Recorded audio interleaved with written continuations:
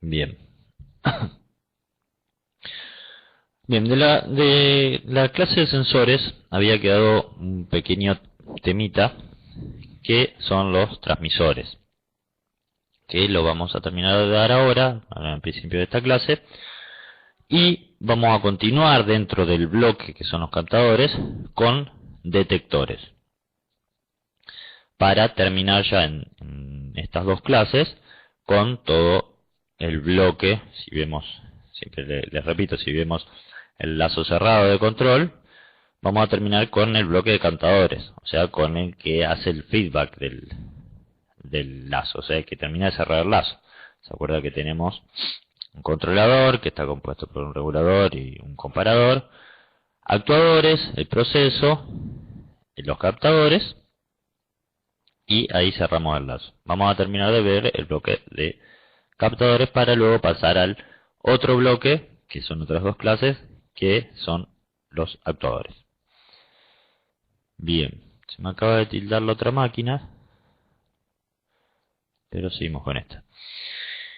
Bien, comenzamos, o vamos a terminar de dar sensores, y comenzamos por la parte de transmisores. Los transmisores, bueno, vamos a retomar un poquito de la clase pasada.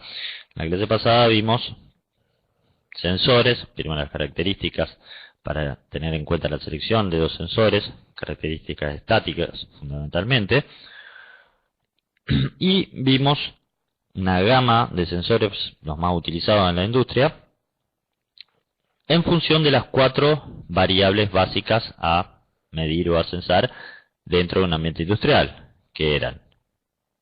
¿Cuáles eran? Para que interactúen un poco. ¿Cuáles eran esas 4 variables principales? Dentro de las miles que puede haber, ¿no?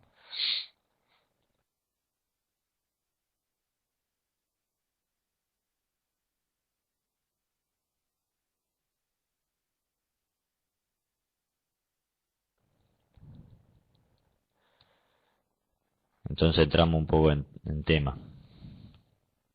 Y calentando. Ajá, temperatura.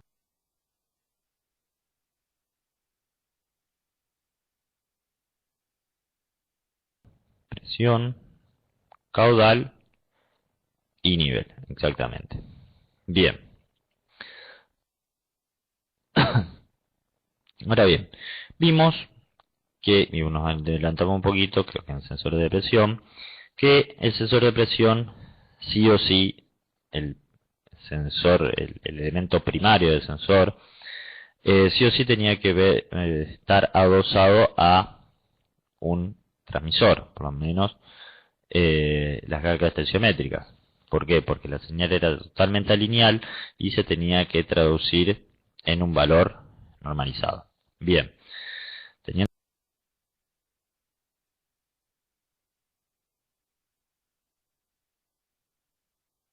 en cuenta eso, básicamente la función del sensor es esa.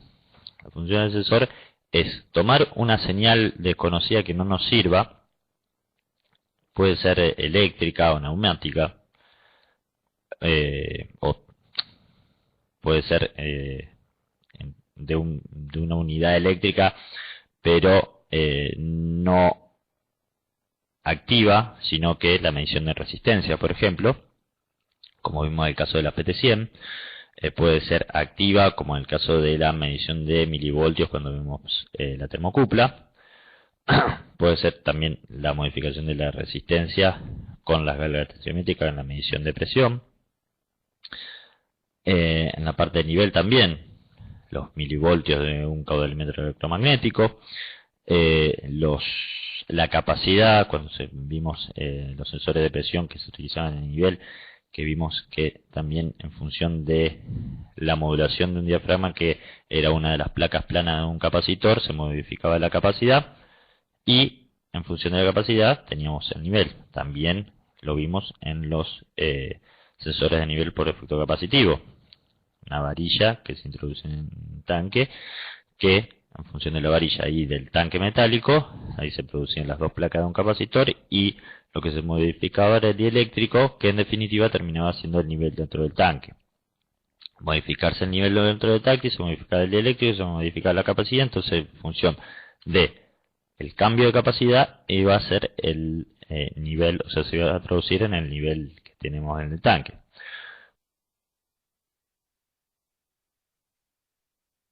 Todas esas variables, capacidad, resistencia, milivoltios, etcétera, son variables que no me sirven a la hora de insertarlas en un controlador. ¿Por qué? Porque el controlador necesita una señal estandarizada. O sea, no vamos, si bien vamos a ver algunos casos, no vamos a tener controladores que me midan capacidad, milivoltios, resistencia, etcétera, ya estandarizados para sensores. Si bien hay casos que ya lo vamos a ver.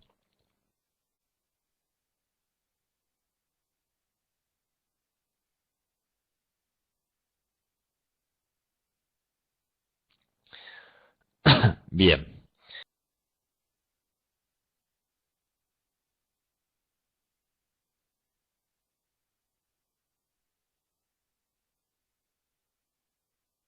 Por lo tanto, necesitamos algún instrumento que a esa señal la modifique, o sea, la traduzca y la amplifique, en algunos casos, para ser adaptada y ser ingresada en el controlador, o sea, en el bloque del controlador, para tener una señal de referencia. O sea, tenemos que traducir una señal normalizada y amplificada para que me sirva a mí. Esa señal puede ser eléctrica o puede ser neumática también, para tener para hacerlo más estandarizado, ¿no? Si bien puede llegar a haber controladores que, bueno, más rudimentarios, con señales hidráulicas o mecánicas, pero para el ambiente, o sea, ya en el siglo XXI, para el ambiente industrial ya no, prácticamente no se utilizan más.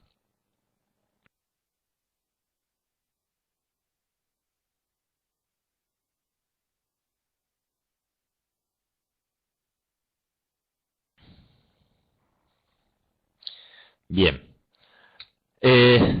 por lo tanto, y voy a sacarle punta al puntero,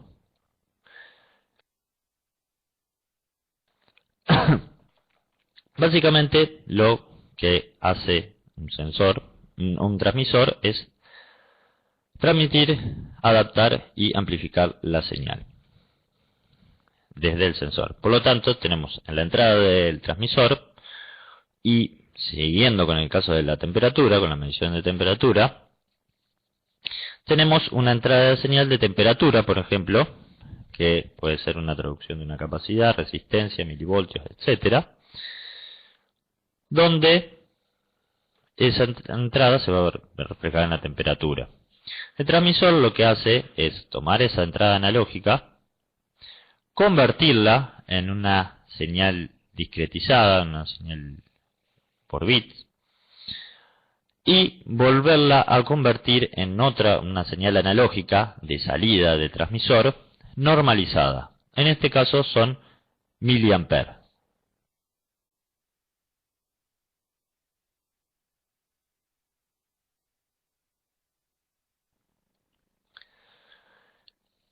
Esos miliamperes van a ir a una señal, o sea, sería como, no vamos a decir un generador de corriente, puede ser el caso, y ya vamos a ver, pero va a ser una señal en miliamperes normalizada de la salida.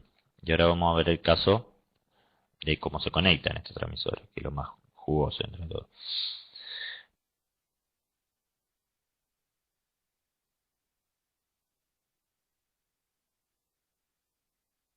Bien.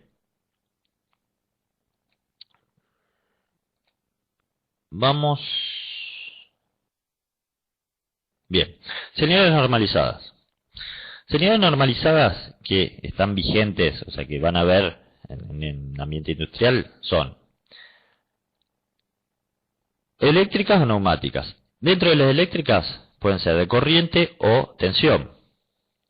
De corriente, que son las más utilizadas, la por excelencia señal de corriente más utilizada es 420 mA. Y lo han escuchado nombrar seguramente. O sea, es una señal analógica que va desde 4 a 20 mA. Por ejemplo, vamos a ver el caso de la temperatura. Si tenemos un sensor de temperatura que va de 0 a 100 a 100 ohm, a 100 grados centígrados, es el rango de medición del sensor, y tenemos un transmisor que se adapta a este sensor. Decimos que cuando tengamos 0 grados de temperatura, vamos a tener en la salida del transmisor 4 mA. Cuando tengamos 100 grados de temperatura, vamos a tener en la salida del transmisor 20 mA. Que esa señal va a ser la que va a ingresar al controlador, o al indicador, o al registrador, etc. Decimos el controlador para cerrar un lazo de control, ¿no? Bien. De esa forma trabaja el transmisor. Ahora, si está en la mitad, va a ser la mitad en miliamperes. O sea, si tenemos 50 grados centígrados y es estrictamente lineal el sensor, vamos a tener en la salida ¿cuánto?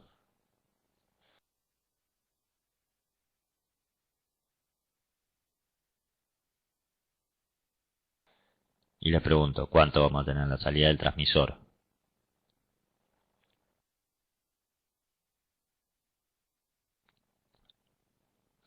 Fue rápido.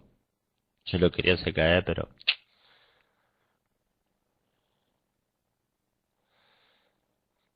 Bien.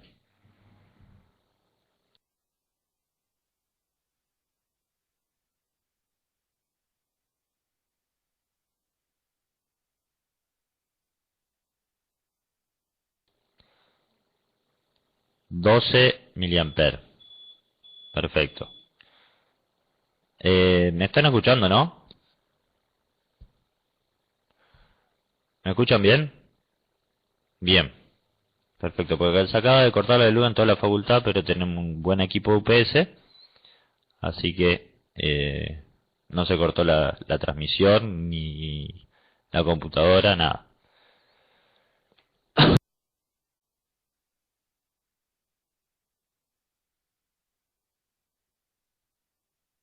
Pero está todo oscuro, me ilumino con la luz de la pantalla nomás. Bien, 12 mA. Yo estaba esperando que me digan 10 y ahí los sacudía. Pero claro, porque va desde 4 a 20 mA. Si hacemos la interpolación, o sea, hacemos la mitad, 4 y 20, tenemos 12 mA. Bien. Ahora le hago otra pregunta. ¿Por qué 4 mA es el mínimo? O sea, ¿por qué no arranca de 0? Que de hecho hay una señal, mientras me responden, sigo comentando, hay otra señal normalizada muy utilizada, es una señal en corriente de 0 a 20 mA también. Pero por lejos la más utilizada es la de 420 mA. Luego también tenemos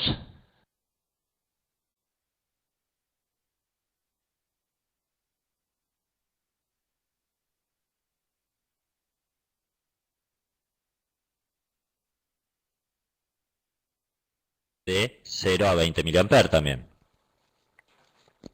Pero por lejos la más utilizada es la de 420 mA. Luego también tenemos, bien, exactamente, una por, bueno, la menos importante es por elevar un poco el nivel de 0 para evitar, bueno, perturbaciones, ruidos, etc. Pero la más importante y la más lógica es la que me están diciendo ustedes. Por si se corta el conductor del lazo, ¿qué ocurre? Se corta el conductor, vamos a tener un nivel de lazo de corriente de 0 mA.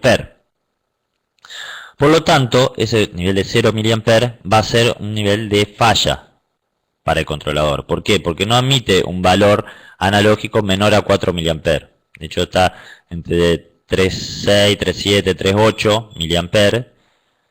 Ese es el mínimo de corriente que puede circular por el lazo. Por lo tanto, si baja de los 3.6, 3.7, 3.8, va a hacer una entrada de falla. O sea, nos va a aparecer falla en la entrada del sensor. Significa que está cortado el cable o está un fallo de energía, un fallo, o sea, se quedó sin energía eléctrica el sensor, o si es un lazo cerrado, falló la fuente que provoca el lazo cerrado de corriente, que ahora vamos a ver, o hubo un corte en el cable. Por lo tanto, arranca de 4 mA.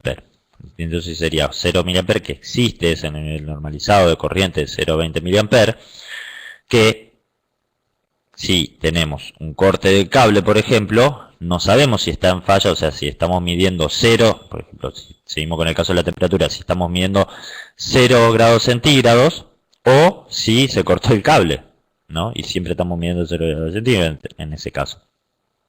¿Se entiende? Los protocolos de corriente, o sea, el lazo de corriente normalizado es 420 mA o 0,20 mA. Esos son los más utilizados por lejos. Después en tensión tenemos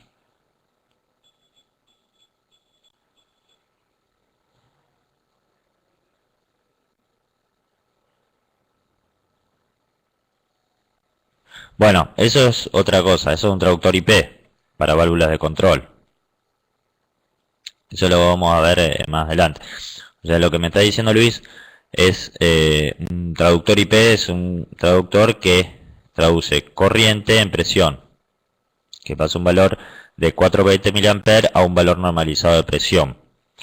Que los valores normalizados de presión, que también se usan en sensores, son de 315 psi de presión. O sea, lo mismo que estamos diciendo para los miliamperes, también en presión de aire comprimido, se modifica, o sea, un transmisor de presión o un traductor IP o en un sensor. De hecho hay sensores, son los menos, pero hay sensores que tienen una salida normalizada en presión de aire, que es de 3 a 15 psi de presión, que es similar a los 420 mA, nada más que en presión de aire comprimido. Otro valor es de tensión. Ahora, de tensión son valores de tensiones, son obviamente siempre continua, son de 0,10 voltios, 0,5 voltios, 1,5 voltios, y bueno, ahí paramos, porque hay otros, pero no son los más utilizados, pero también hay 1,10 voltios, por ejemplo, etcétera. Pero el 0,10 voltios es uno de los más utilizados, el 0,5 también, el 1,5 también. O sea, son bastante estandarizados esos datos, esos rangos de normalizados en tensión. Bueno, el 420 mA es el más conveniente por lo que dije anteriormente del corte de cable, y aparte porque es el más utilizado en cualquier controlador, en cualquier sensor lo van a encontrar. En corriente, obviamente, ¿no?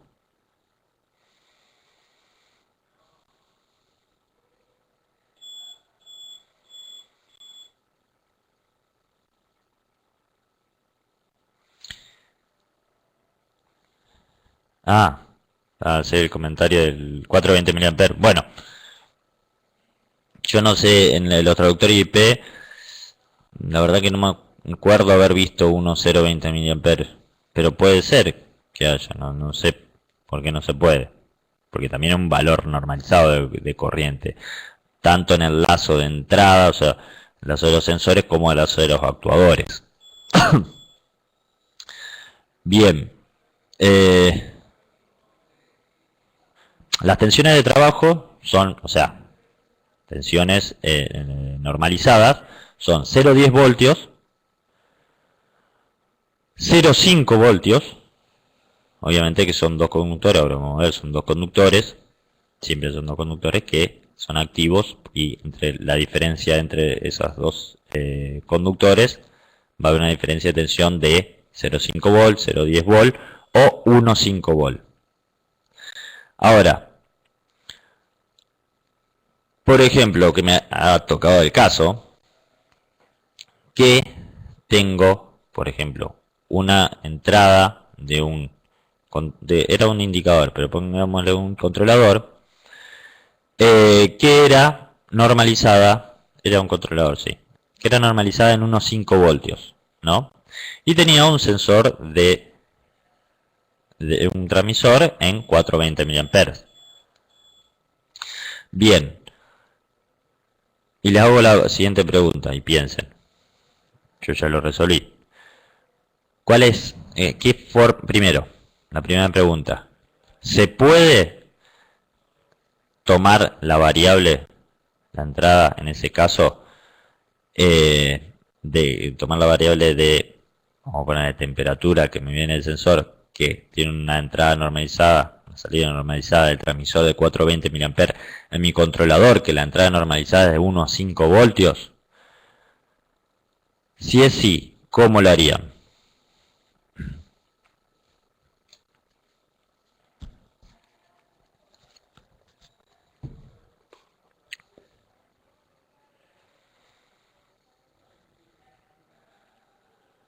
Bien, volvemos.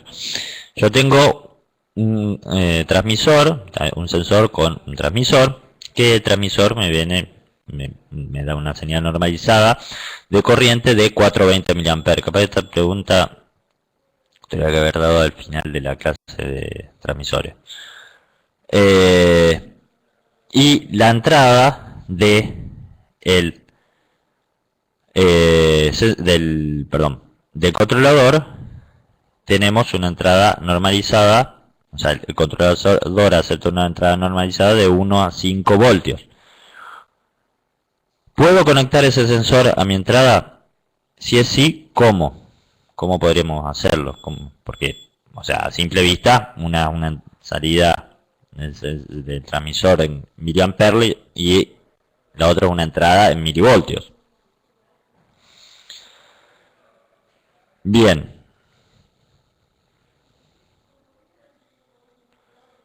Bien. Me responden con una resistencia. Exactamente. ¿Por qué?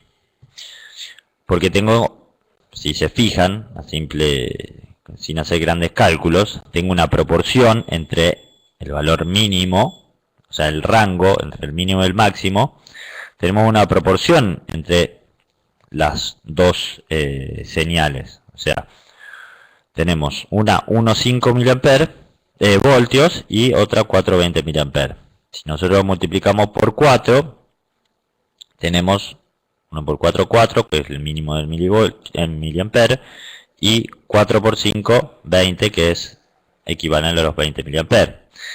Haciendo simplemente ley de Ohm, porque tenemos corriente continua, tenemos que tener una resistencia que me traduzca ese valor de milivoltios a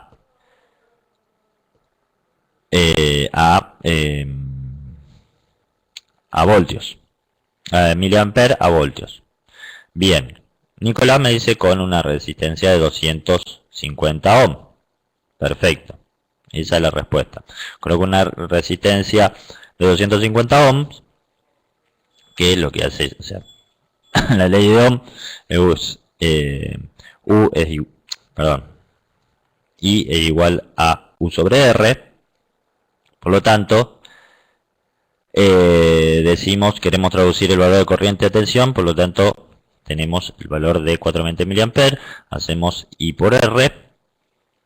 Entonces, en 4 mA vamos a tener 1 voltio, porque hacemos 4 por 250, son 1000 milivoltios, 1 voltio, y en 20 en 20 vamos a tener 5000 milivoltios, que es 5 voltios.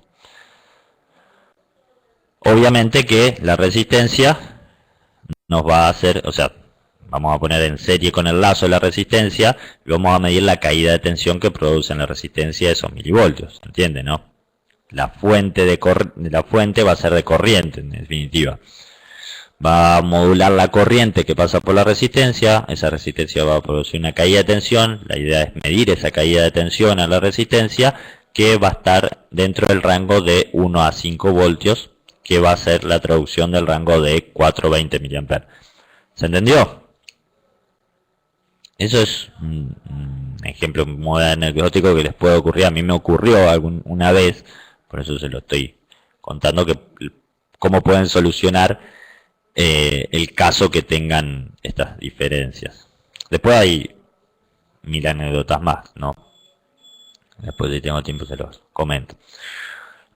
Bien, esas son básicamente las señales normalizadas, tanto en corriente, tensión y en presión, más utilizadas, ¿no?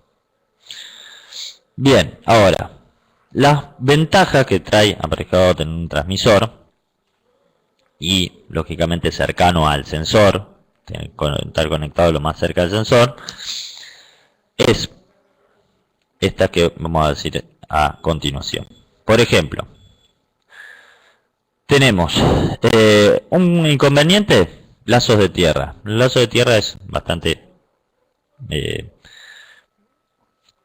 frecuencia por ahí ponerlo. ¿Por qué? Porque tenemos, por ejemplo, el caso del sensor ubicado en una parte de la planta, y el caso del registrador, controlador, indicador, etcétera, en otra parte de la planta. ¿Qué ocurre? Si yo tengo, por ejemplo, el caso de la termocupla, que tenemos una señal en milivoltios muy débil, y tenemos, debido a que están en distintas partes de la planta, podemos tener diferencia de potencial entre las carcasas. Si están puestas a tierra las dos carcasas, probablemente, si están en distinto potencial, va a circular un lazo de tierra a través del conductor propio del sensor.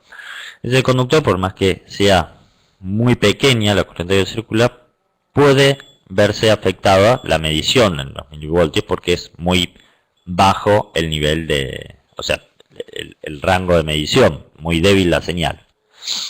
Otro inconveniente, que ya lo vimos, son las resistencias de los conductores. En el caso de las termocuplas se ven en el caso de las termoresistencias se ven muy afectado la medición debido a la resistencia que tenemos en los conductores. Otro inconveniente son los ruidos eléctricos. Los ruidos eléctricos, o sea, básicamente un cable tirado en una fábrica, cada vez más ruido eléctrico tenemos en una industria debido al avance que hay en preactuadores cada vez más avanzados, o sea, más electrónica de potencia que se está sumando los actuadores, o en fuente switching en las industrias. En el caso de los arrancadores suaves, variadores de velocidad, fuente switching son muy causantes de ruidos eléctricos y de perturbaciones. Bien, si yo tiro un cable en una industria, en cualquier lado, es como tener una antena, es un pedazo de metal.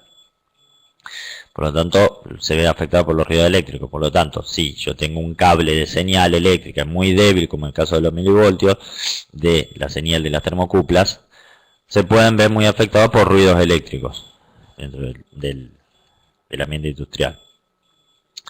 De hecho, yo hace poco, ya la semana pasada, imagínense, tenía un conductor eléctrico, un conductor que me venía una señal eléctrica, un control tirado en una planta, en una señal discreta era, o sea, para que vean que no era una señal de milivoltios, nada por el estilo, era una señal discreta y estaba tirado aproximadamente 400 y pico de metros, casi 500 metros, abarcaba toda la planta, y habían tirado el conductor por todas las bandejas de potencia, o sea, todas las bandejas que alimentaban las máquinas de la planta. Depende de cómo estaban prendiendo las máquinas y apagándolas, podía llegar a tener del otro lado del conductor una diferencia de potencial con respecto a masa de hasta 190 voltios. O sea, imagínense el error que tienen si llegan a tener un lazo, una medición de termocupla. Ahí, o sea, sean 190 voltios, cuando nosotros tenemos que estar midiendo milivoltios. O sea, es enorme. Para eso también se utilizan cables mallados, etcétera. Bueno, es un caso muy especial porque la longitud es muy larga y aparte se tiran sobre las propias bandejas de potencia de la planta. Bueno, en ese caso tenía mucha atención por la inducción que había de los conductores de potencia. O sea, iban tirados al lado de los conductores de potencia, que consumían mucha corriente, se genera un campo magnético que me induce en mi propio conductor de comando. Por lo tanto, sin tener nada conectado, ya el conductor solo tenía una diferencia potencial. Bien. Todos estos errores se salvan con la introducción de una señal limpia que me va a dar un transmisor, ¿no? Que ya estamos comentando. Bien. Por ejemplo, un transmisor de 2 cables o 2 hilos, tenemos este tipo de conexión. Tenemos el transmisor, ya vamos a ver una imagen de un transmisor normalizado. Este es un transmisor normalizado para un sensor de temperatura, que podemos conectar RTD, o sea PT100 o termocuplas. Con lo cual tenemos 4 borneras aquí, que bueno, puede haber 3 borneras o 2 borneras, depende del caso. O sea, ya lo vimos cuando damos el ejemplo de cuando vimos sensores de temperatura.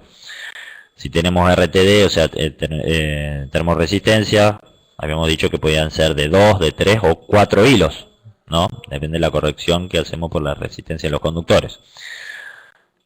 Y también si tenemos termocuplas, tenemos 2 conductores, uno positivo y otro negativo, que era en función, o sea, uno estaba normalizado, uno de cada color, uno de positivo y otro de negativo, porque eran de distintos metales.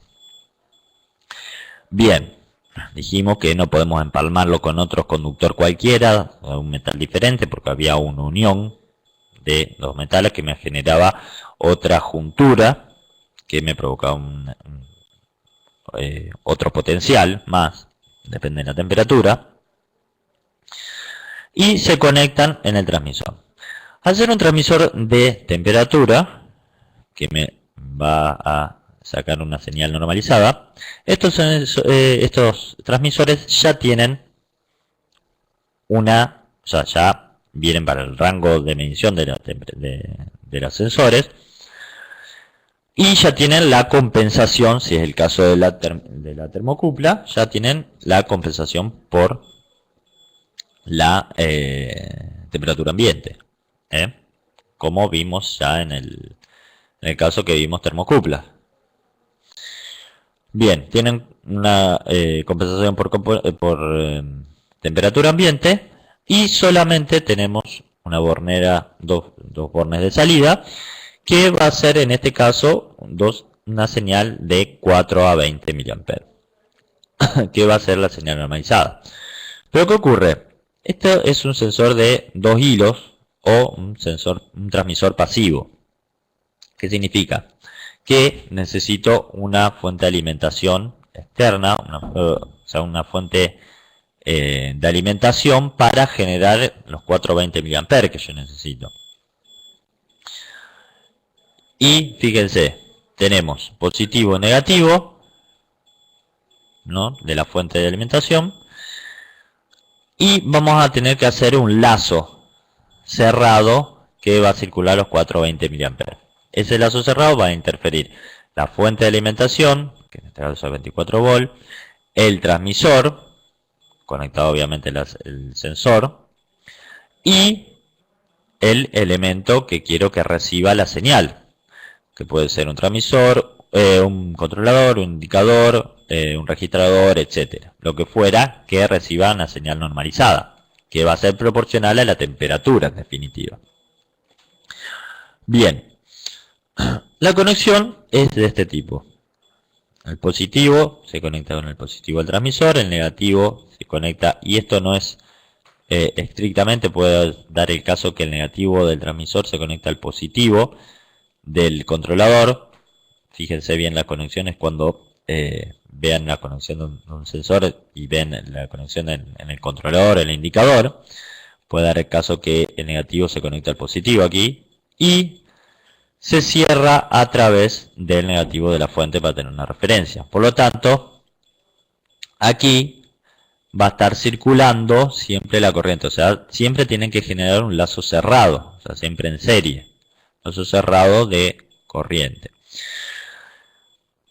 Fíjense, al ser el sensor pasivo, aquí necesitamos una fuente y en definitiva sería es como tener una impedancia en paralelo que modifica el paso de corriente y que modula la corriente que va a circular, o sea, el cambio en la corriente que circula lo hace el propio transmisor en función de la temperatura que está midiendo la entrada.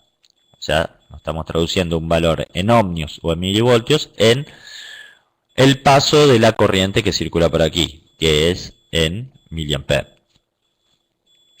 Por lo tanto, un sensor pasivo de 2 hilos se conecta de esta manera. La fuente de tensión, el transmisor y el controlador, indicador o regulador, lo que tenga, en 420 mA.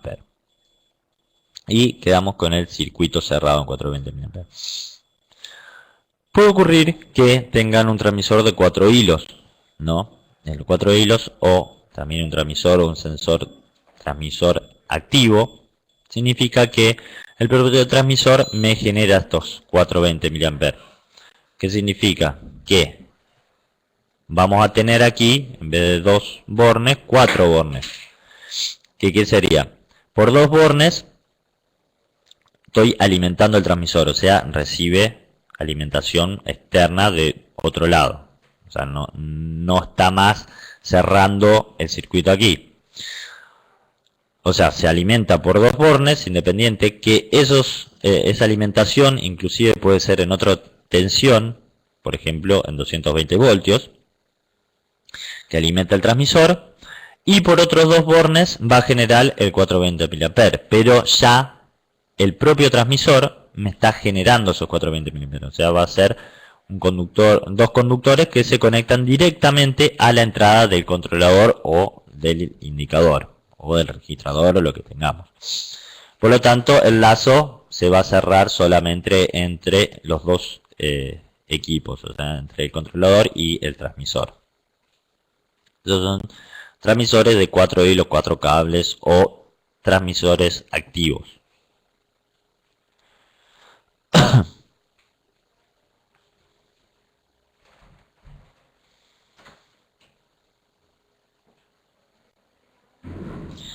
Exactamente. 2 y 4 bornes. Bornes, hilos, cables, etcétera. Tienen varias designaciones. O pasivos activos también se les dice.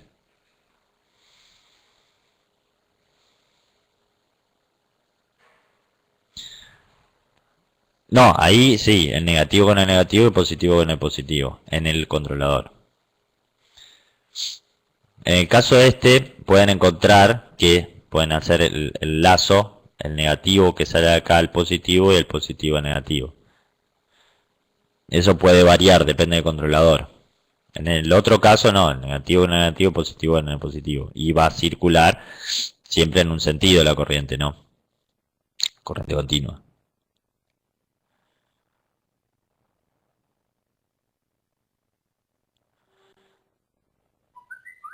El consumo de un transmisor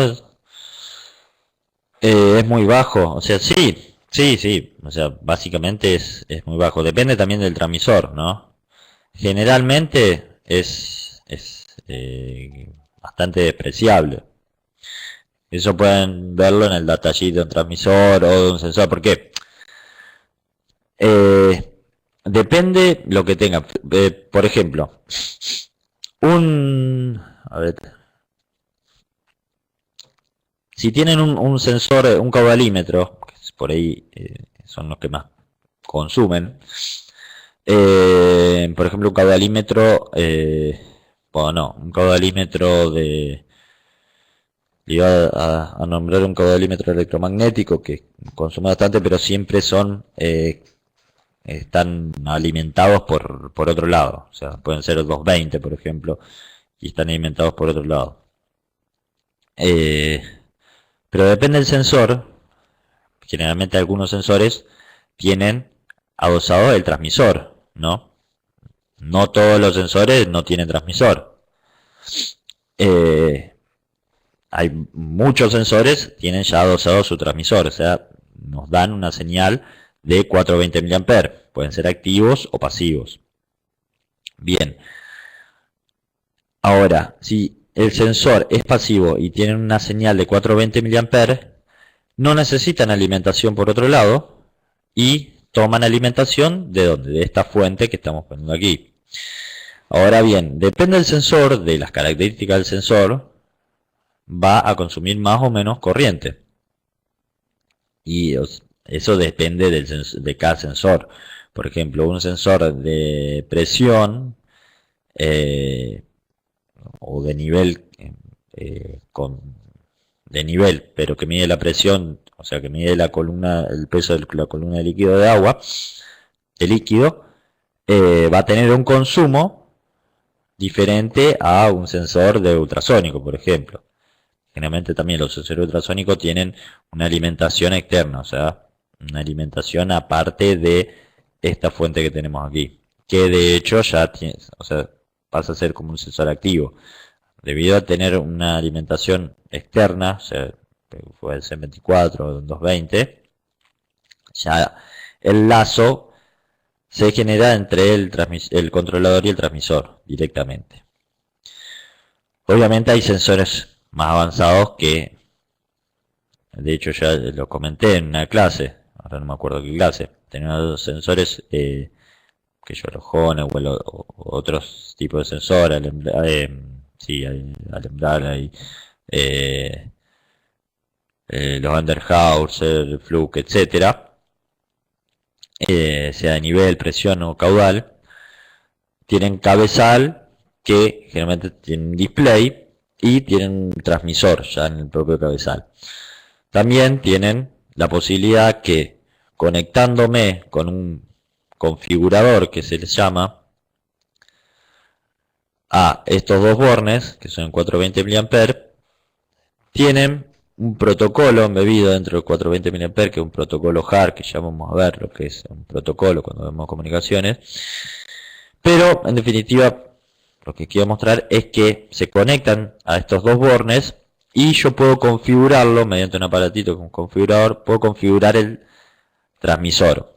¿En qué lo puedo configurar? Por ejemplo, en ponerle un tag, o sea, un número para identificarlo dentro de un pin ID, modificarle las unidades en el display que se emiten, modificarle el rango, o sea, el rango de, por ejemplo, temperatura o lo que va a medir en función de la salida, que tenga el 0, que sea 420 mA y que en 10.000 sea 20 mA, por ejemplo.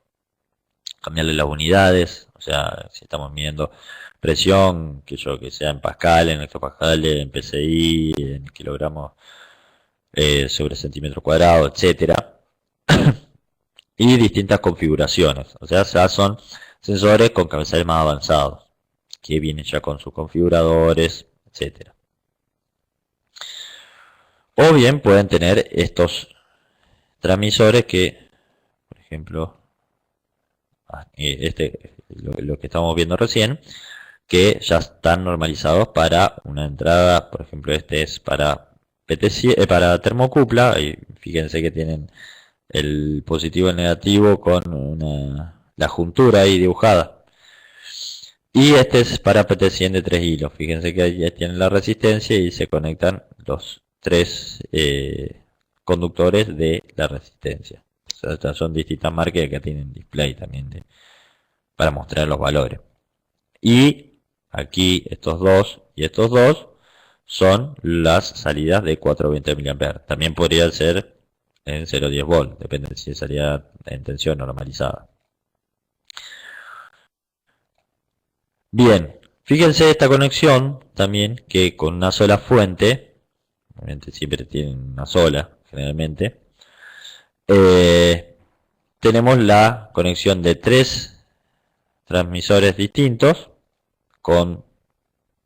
conectados con sensores determinados, pueden ser distintos estos sensores, y conectados a 3 controladores independientes con una sola fuente. Fíjense que positivo le damos la referencia positivo a cada una, todas en paralelo a cada uno de los transmisores, y cada salida está conectado a cada controlador, indicador o lo que fuere. Y se cierra el lazo, todo en paralelo, por el negativo a través de la fuente, ¿no? Y de ahí, por lo tanto, se modifica el lazo de corriente que circula por cada transmisor, o sea, el transmisor es el que modifica cada lazo de corriente, que va hacia el controlador. También esto puede ser un solo controlador, que tengamos un solo común negativo, y tengamos todas las entradas de todos los transmisores que vienen del campo, en definitiva.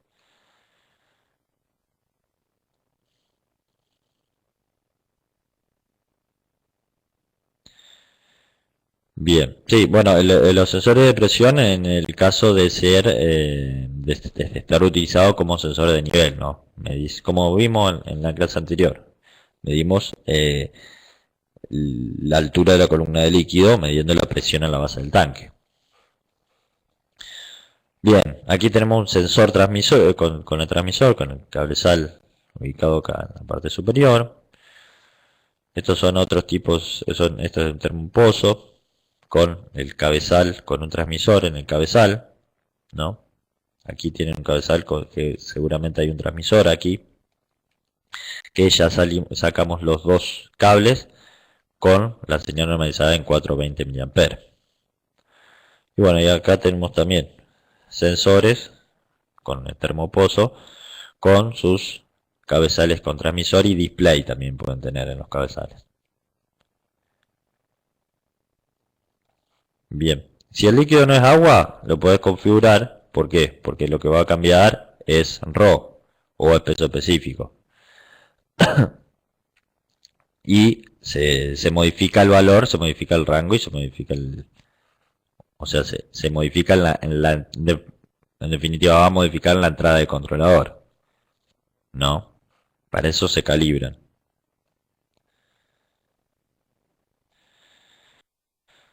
Bien. ¿Se entendió la parte de transmisores, que es lo que nos quedaba de sensores?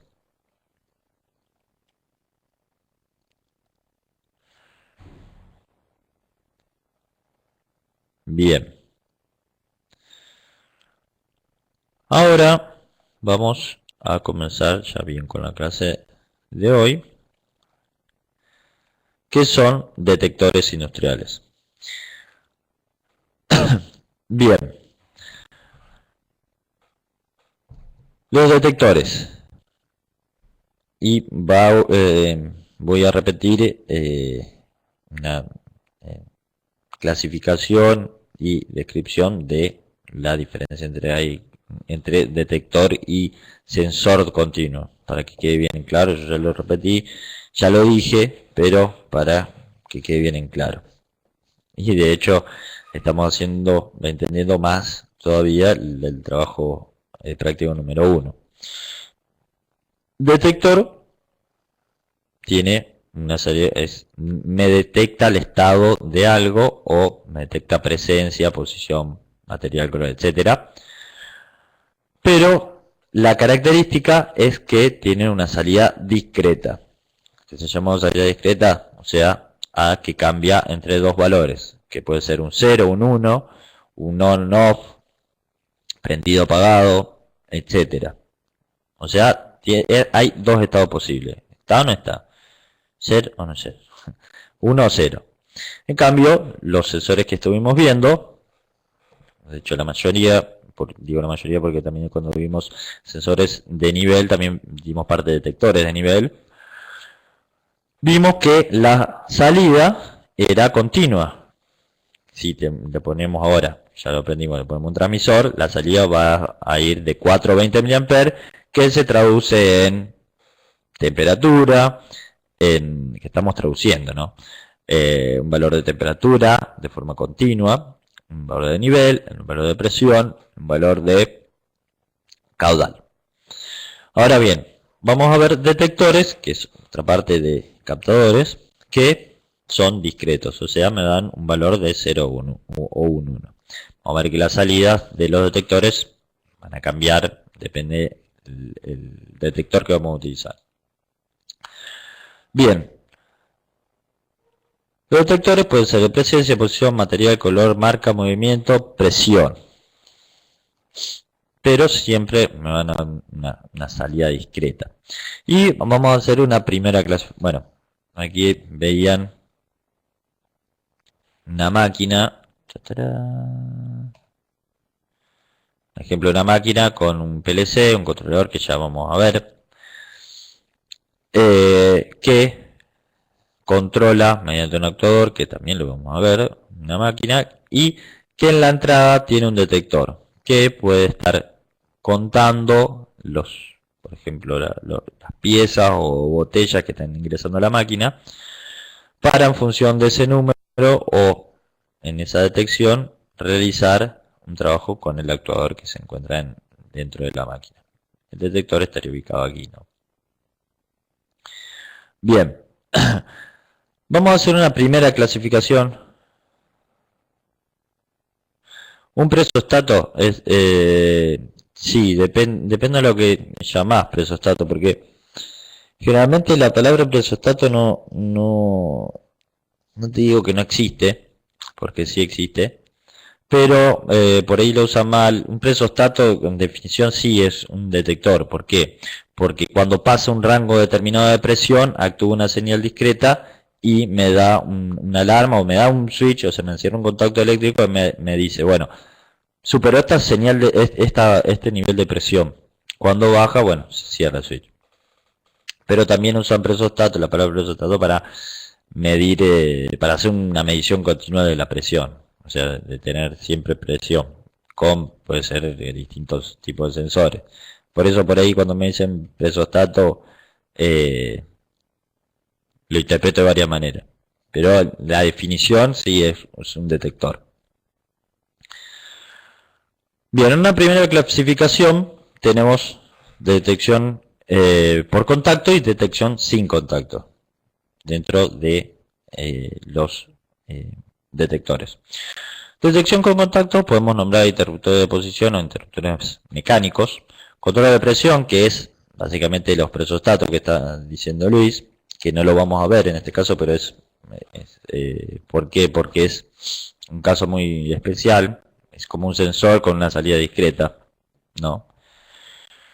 Codificadores rotativos, un encoder resolver, ya vamos a ver que me van a dar una señal discreta, en función del movimiento en rotativo del eje de un motor, del eje de una máquina, etc. Y tenemos por otro lado el otro grupo de detección sin contacto, o sea, sin tener que tener un contacto de tocar el proceso. Células fotoeléctricas o sensores fotoeléctricos, detectores inductivos, detectores capacitivos y ultrasónicos. Que los ultrasónicos los vamos a ver porque son un poco costosos, si bien se utilizan, pero el principio de funcionamiento básicamente es el mismo que lo que ya vimos en sensores de nivel, nada más que esto es un detector. ¿No? El principio de funcionamiento es similar y no le damos mucha importancia porque no son muy utilizados, no significa que no se utilicen, por su costo y bueno, hay algunos inconvenientes que puede llegar a tener. Bien. Interruptores de posición. Vamos a comenzar por interruptores de posición, pero luego de unos 5 o 10 minutos de recreo. Así que vayan a calentar el agua y en 5 o 10 minutitos estamos volviendo.